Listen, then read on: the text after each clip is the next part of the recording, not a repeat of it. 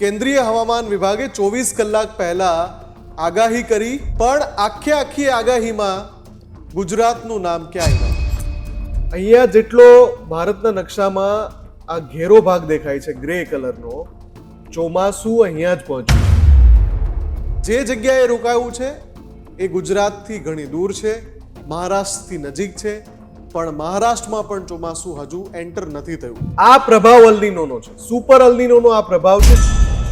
Around 200 district flagged for El Nino impact as weak monsoon forecast puts agriculture ministry in crisis mode। કેન્દ્ર સરકારની યાદીમાં પણ ટોચના 5 રાજ્યો આ છે। કમનસીબે આ યાદીમાં ગુજરાત બીજા ક્રમે છે, અને જે 197 જિલ્લાઓ પર અસર થવાની છે એમાં ગુજરાતના સૌથી વધારે જિલ્લા છે, એ પણ મોટી ચિંતાની વાત છે। પણ સાથે એક આશાનું કિરણ પણ છે। ધોધમાર વરસાદ ગુજરાતના અલગ અલગ વિસ્તારોમાં, ક્ષેત્રોમાં, પ્રદેશોમાં, જિલ્લામાં તૂટી પડે।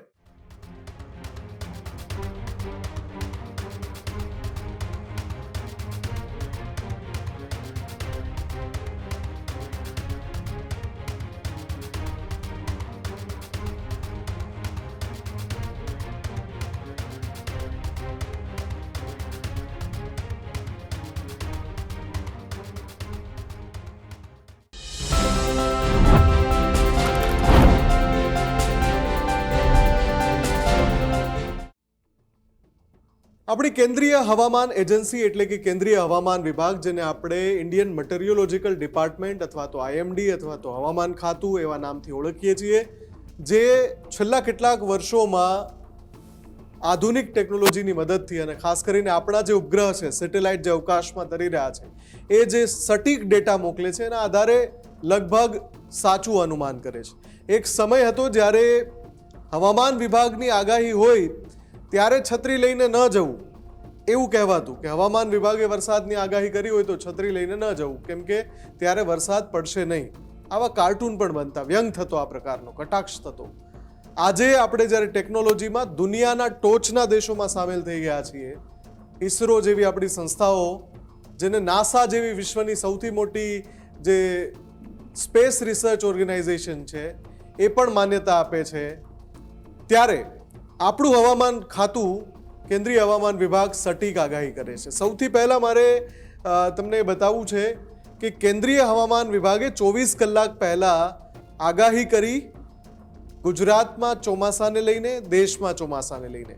એ આગાહી મારે તમને સંભળાવી નથી, મારી બાજુમાં જે વિન્ડો સ્ક્રીનમાં જે દ્રશ્ય દેખાઈ રહ્યા છે એ જ એ બ્રીફિંગ છે, એટલે કે હવામાન વિભાગની એ પ્રેસ છે, જેમાં એ આગાહીની માહિતી આપેલી છે કે આવનારા 24 કલાકમાં દેશમાં ક્યાં ક્યાં વરસાદ પડશે।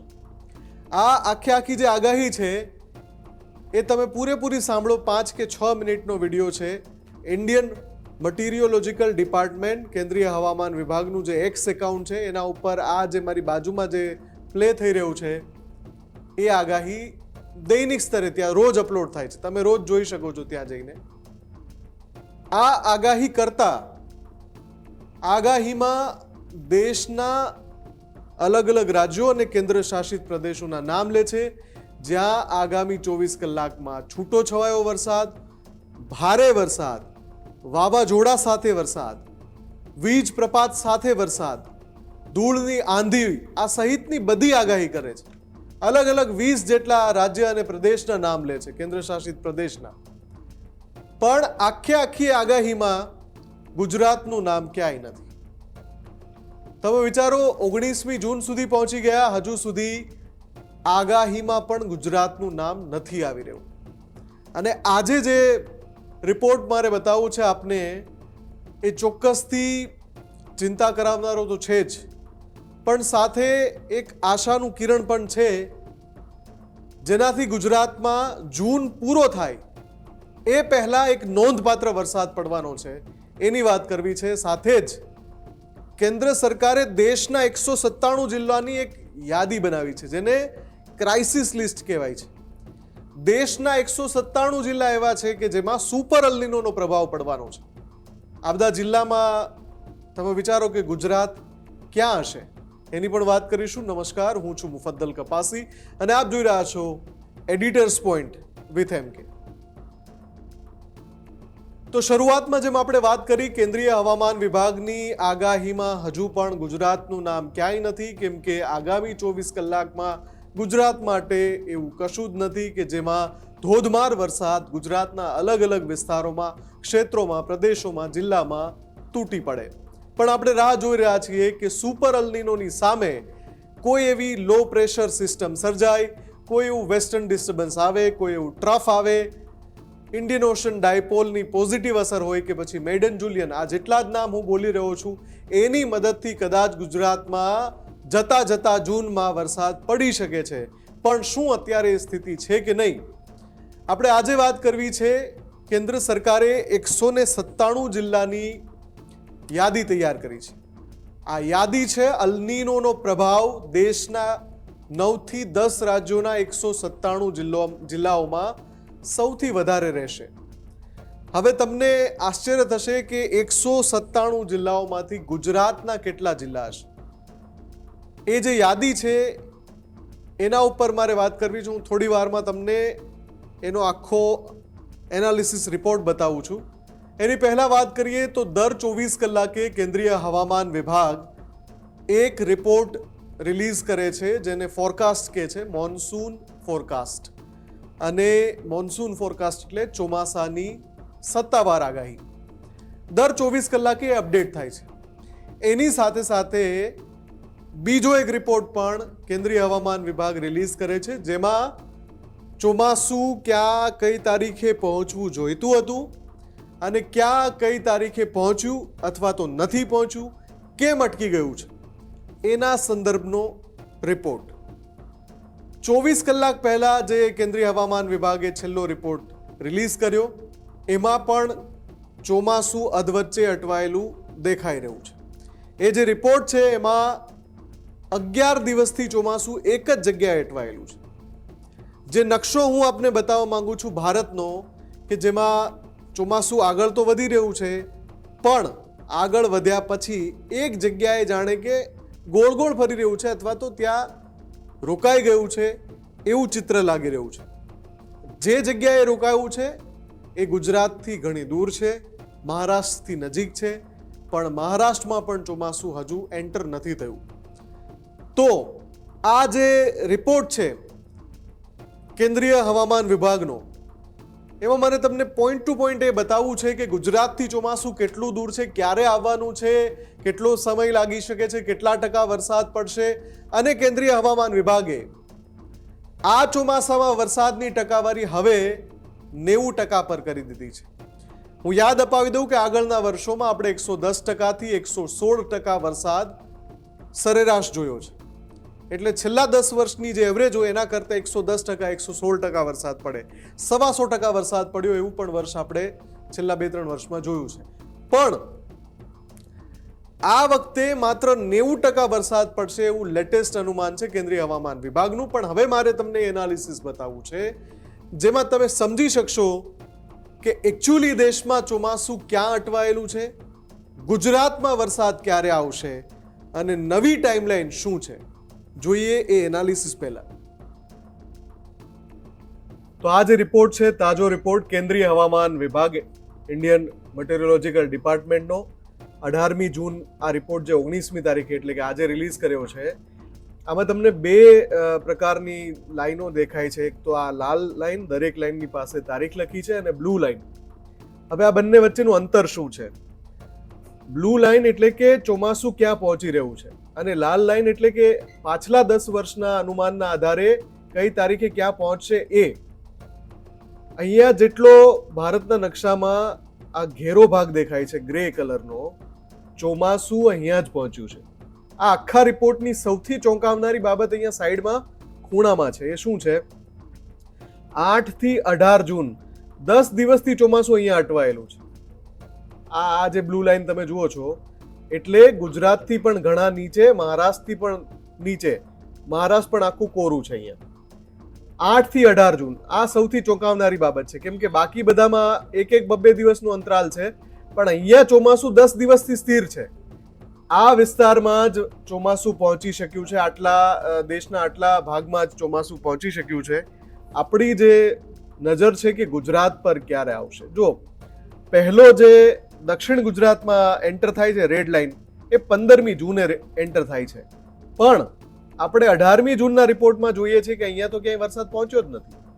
એટલે સરેરાશ પ્રમાણે કેટલા દિવસ પાછળથી એ આપણે સમજી શકાય. અત્યારે જ અહીંયા નથી પહોંચ્યા, હજુ આટલું અંતર કાપવાનું બાકી છે. અને જો 10 દિવસથી વરસાદ અહીંયા રોકાયેલો છે તો આગળ હવે શું થશે? આ પ્રભાવ અલ્નીનોનો છે, સુપર અલ્નીનોનો આ પ્રભાવ છે, જેના કારણે છેલ્લા કેટલાક દિવસથી કેન્દ્રીય હવામાન વિભાગની જે તસવીરો આવે છે એ આટલા વિભાગમાં વરસાદની જ આવે છે. આ બધું હજુ કોરું ધાકોડ છે. અને સૌથી વધારે જે અલ્નીનોનો પ્રભાવ પડવાનો છે, દેશના 9 થી 10 રાજ્યો, જે કેન્દ્રીય કૃષિ મંત્રાલયે જે લિસ્ટ જાહેર કર્યું છે, એમાં ગુજરાત છે, રાજસ્થાન છે, મધ્યપ્રદેશ છે અને સાથે મહારાષ્ટ્ર છે. એટલે પશ્ચિમ ભારતના આ તમામ રાજ્યો સુપર અલ્નીનોની અસરથી સૌથી વધારે પ્રભાવિત થવાના છે. હવે આ સ્થિતિ જ્યારે પ્રવર્તી રહી છે 18મી જૂને, આ રિપોર્ટ 19મી જૂને રિલીઝ કર્યો છે, 18મી જૂન સુધીના ડેટા ભેગા કરીને કેન્દ્રીય હવામાન વિભાગે, તો એની સાથે સાથે જે 197 રાજ્યોની 197 જિલ્લાની જે યાદી કૃષિ મંત્રાલયે અથવા તો કેન્દ્ર સરકારે અલગ તારવી છે, એ 197 જિલ્લામાં સૌથી વધારે જિલ્લાઓ કયા 2 રાજ્યના છે એ પણ બતાવી દઈએ આપણે. આ જે તસવીર છે ચોંકાવનારી, ડરામણી તસવીર છે, પણ સાથે સાથે આ હવે પછી હું જે યાદી બતાવું છું એ પણ ડરામણી છે. Around 200 district flagged for El Nino impact as weak monsoon forecast puts agriculture ministry in crisis mode. કેન્દ્ર સરકારે ક્રાઇસિસ મોડમાં જે 200 જેટલા જિલ્લાઓ મૂક્યા છે, 197 જિલ્લા, मानसून की बारिश पर अल नीनो का खतरा देश भर के 197 जिलों को लेकर. એમાં પ્રમુખ પ્રભાવિત રાજ્યની આ યાદી છે. આ જે યાદી છે અલગ અલગ રિપોર્ટ્સ છે, પણ મૂળ તો કેન્દ્ર સરકારે જે 197 જિલ્લાની યાદી તારવી છે કે ભાઈ સુપર અલ નીનોનો પ્રભાવ આ રાજ્યોમાં સૌથી વધારે રહેશે. એમાં સૌથી વધારે પ્રભાવ કેમાં પડવાનો છે? જો પહેલું નામ રાજસ્થાનનું છે અને બીજું નામ ગુજરાતનું છે, ત્રીજું મધ્યપ્રદેશનું છે, ચોથું છત્તીસગઢનું છે અને પાંચમું મહારાષ્ટ્રનું છે. આ બધા જ રાજ્યો પશ્ચિમ ભારતમાં આવે છે. હમણાં આપણે જે આ જોયું કેન્દ્રીય હવામાન વિભાગનું, અહીંયા હજુ કોરું ધાકોડ છે. 19મી તારીખે પણ 20, 21 કે 22 પણ આ બધા જ રાજ્યો કોરા ધાકોડ રહેવાના છે. કેન્દ્ર સરકારની યાદીમાં પણ ટોચના 5 રાજ્યો આ જ છે. કમનસીબે આ યાદીમાં ગુજરાત બીજા ક્રમે છે અને જે 197 જિલ્લાઓ પર અસર થવાની છે એમાં ગુજરાતના સૌથી વધારે જિલ્લા છે. એ પણ મોટી ચિંતાની વાત છે.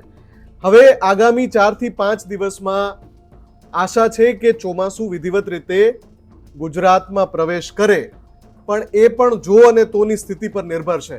એટલે જોવું રહેવું કે જે બ્લુ લાઇન્સ છે, જે અટકી પડી છે છેલ્લા 10-11 દિવસથી, એ આગળ ક્યારે વધશે? કેમ કે એ જ એકચ્યુઅલ ડેટ્સ ઓફ ઓનસેટ છે. ઓનસેટ એટલે કે ચોમાસું, જે નૈઋત્યનું ચોમાસું આગળ વધે એને આંખતી આ લાઈનો છે. એટલે જેટલો ગ્રે ભાગ છે ત્યાં જ ચોમાસું પહોંચ્યું છે. આ બધો વિસ્તાર કોરો છે અને હજુ સુધી રાહ જોવાઈ રહી છે. તો મોટા ભાગે આપ સમજી ચૂક્યા હશો કે ગુજરાતથી ચોમાસું કેટલું દૂર છે, ક્યારે આવી શકે છે વરસાદ ગુજરાતમાં. ખાસ કરીને જે નવી ટાઈમલાઈન રિલીઝ કરી છે હવામાન વિભાગે, એ 19મી જૂનથી 5મી જુલાઈ સુધીની છે. એટલે જૂનના પ્રારંભથી આપણે ચોમાસાની રાહ જોતા હોઈએ. જૂનના મધ્યાંતરમાં ચોમાસું ગુજરાતમાં આવી જાય. જૂન પૂરો થવાનું છેલ્લું સપ્તાહ આવવા આવ્યું છે, હજુ સુધી ચોમાસું ગુજરાતમાં નથી પહોંચ્યું. હવે જે મેં તમને જે જિલ્લાઓની વાત કરી કે 197 જિલ્લાની યાદી કરી, અને યાદી એટલા માટે કરી કે સુપર અલ નીનોનો પ્રભાવ શરૂ થઈ ગયો છે ગુજરાત સહિત દેશના અલગ અલગ રાજ્યો પર. અને હવે જે મારે આપને બતાવવું છે એ બતાવવું છે કે આશાનું કિરણ, જેની વાત મેં શરૂઆતમાં કરી હતી. તો આ જે આશાનું કિરણ છે એ શું છે? તો જુઓ, 1950થી લઈને આપણે છેલ્લા 75 વર્ષનો ઇતિહાસ જોઈએ તો એ ઇતિહાસ મુજબ, અને આ જે ડેટા છે 1950 પછીનો આપણી પાસે સંરક્ષિત છે, કેમ કે એ પછી આપણી ટેકનોલોજી એટલી મજબૂત થઈ કે આપણી પાસે બધો ડેટા છે દરેક વર્ષનો. તો 1950થી 2026 સુધી આવીએ તો અલ્નીનોનો પ્રભાવ કેટલી વાર થયો? અલ્નીનોનો પ્રભાવ 16 વખત ભારત ઉપર પડ્યો, પણ ખરેખર નેગેટિવ ઇમ્પેક્ટ કેટલી વાર થઈ? તો 16 માંથી 9 વખત અલ્નીનોની નકારાત્મક અસર થઈ, એટલે કે દુષ્કાળ જેવી સ્થિતિ ઊભી થઈ અથવા ખૂબ ઓછો વરસાદ પડ્યો, નબળું ચોમાસું થયું. 7 વખત એવી સ્થિતિ આવી કે જેમાં અલ્નીનોની નેગેટિવ અસર ન થઈ. અહીંયા આશાનું કિરણ એ છે કે એ જે 7 વખત Indian ocean dipole, maiden julienne આ પ્રકારની આશીર્વાદ સમી સિસ્ટમે સુપર અલ્નીનોનો સામનો કર્યો અથવા તો અલ્નીનોનો સામનો કર્યો. એના કારણે વરસાદ જેટલો જોઈતો હતો એટલો પડી ગયો, ભલે વધારે માત્રામાં ન થયો. સામાન્ય કહી શકાય એવો, સાધારણ કહી શકાય એવો તો વરસાદ પડ્યો જ, દુષ્કાળ કહી શકાય એવી સ્થિતિ ન ઊભી થઈ. એ 7 વર્ષમાં 1950 થી 2026 સુધીના 75-76 વર્ષમાં 16 વખત અલ્નીનોનો પ્રભાવ થયો. એમાંથી 9 વખત એની નકારાત્મક અસર થઈ, એટલે કે દુષ્કાળ જેવી સ્થિતિ પેદા થઈ, પણ 7 વખત આ બધી સિસ્ટમે અલ્નીનોનો સામનો કર્યો. અને એટલે જ હું શરૂઆતથી અગાઉના રિપોર્ટ્સમાં કહી ચૂક્યો છું કે આપણી પાસે ઇન્ડિયન ઓશન ડાયપોલ છે, જેના ઉપર આપણી આશાભરી મીટ રહેવી જોઈએ. હવામાન વિભાગ એવું કહે છે કે 90% વરસાદ પડે, આપણે આશા રાખીએ કે 95% પડે, 85% નહીં. આપનું શું કહેવું છે અને સુપર અલ્નીનોના અંગે આપને શું વિચારો છે? આપ શું વધારે કોઈ માહિતી આના વિશે જાણવા માંગો છો કે કેમ? અને આપને શું લાગે છે ચોમાસું આ વખતે કેવું રહેશે? આપના વિચારો ચોક્કસથી કમેન્ટ કરીને જણાવશો. જોતા રહેશો ન્યૂઝરૂમ ગુજરાત. નમસ્કાર.